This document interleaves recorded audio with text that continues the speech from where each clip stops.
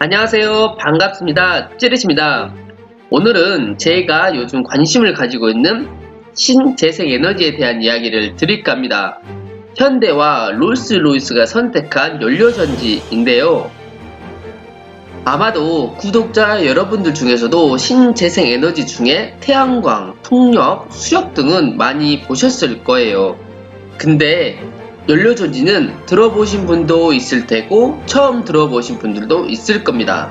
지금은 우리나라 뿐만 아니라 전 세계적으로 환경 오염에 대해 굉장히 민감하게 반응하고 지구 환경을 개선시키기 위해 여러가지 방안들이 나오고 있습니다. 그 중에서 세계적으로 소리내고 있는 탄소 제로, 탄소 중립 시대를 위해 꼭 필요한 발전 장치인데요. 그것이 연료전지입니다.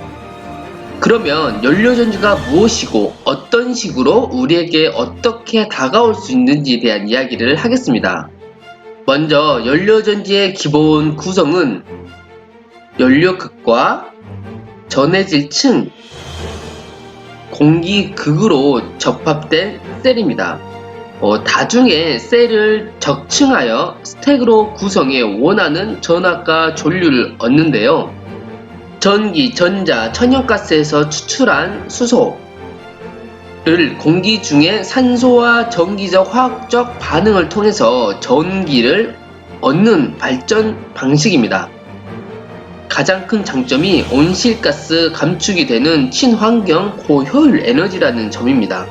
일반적으로 연료전지의 기본 셀에서 전기를 발생시키기 위해 수소가스를 연료극으로 공급을 하면 연료극의 총 매층에서 수소이온과 전자가 산화되고 공기극에서 공급된 수소와 전해질을 통해 이동한 수소이온이 외부 도선을 통해 이동한 전자와 결합해 물을 생성시키는 산소 환원 반응이 일어납니다.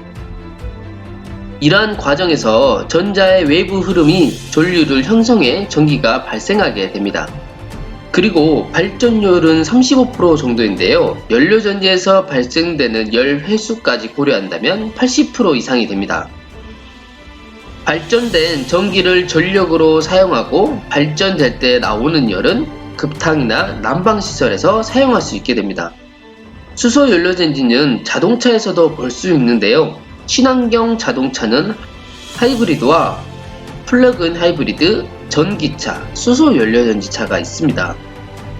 수소차는 수소를 직접 투입하고 그 투입된 수소와 연료전지를 통해서 생산된 전력으로 모터를 가동하게 됩니다. 이때 발생되는 물을 뿌리면서 다니겠죠? 연료전지는 배터리와 비슷하게 동작하지만 배터리는 전기를 저장하는 장치라면 연료전지는 전기를 생산하는 발전장치입니다. 연료전지는 자동차뿐만 아니라 국내에서 여러 곳에 접목시켜 사용하기 위해 개발 중에 있습니다. 연료전지를 통해 헬기, 장갑차를 구동해서 탄소 중립을 위해 노력 중에 있고요. 그리고 전 세계적인 기업 롤스로이스에서도 올해 초에 현대차와 MOU를 체결하여 합동으로 미래 항공 모빌리티 개발을 협력하게 되었다고 합니다. 마지막으로 연료전지는 우리 가정에서도 이제는 만나볼 수 있을 날이 가까워지고 있는데요. 도시가스가 공급되는 주택에서 연료전지를 설치하게 되면 도시가스를 개질하여 전기와 열을 생산하고 그 생산된 전력으로 전기 일부를 사용할 수 있습니다. 그리고 이때 발생된 열을 통해서 난방시설과 온수시설을 사용할 수 있게 됩니다. 아직 개발 중에 있지만 수소 연료전지 자동차를 구매하게 되면 운행을 하지 않고 집안에 주차하는 경우 자동차의 연료전지를 통해 전력과 열을 공급받을 수도 있습니다. 언젠가는 이러한 비상발전기도 사라질 날이 가까워지고 있습니다. 부지도 많이 차지하고 부피도 크고 운행 중에 소비되는 기름과 소음 그리고 지속적인 유지관리까지 불편한 점이 한두 가지가 아닌 것 같습니다. 이러한 비상발전기가 사라지고 연료전지로 비상발전기를 대체한다면 부지도 작고 유지관리도 훨씬 더 수월할 날이 올 수도 있을 거라고 생각합니다. 제가 준비한 영상은 여기까지입니다. 영상 끝까지 봐주셔서 정말 감사하고요. 다음에는 더 좋은 영상으로 찾아뵙도록 하겠습니다. 감사합니다. 찌릿이었습니다.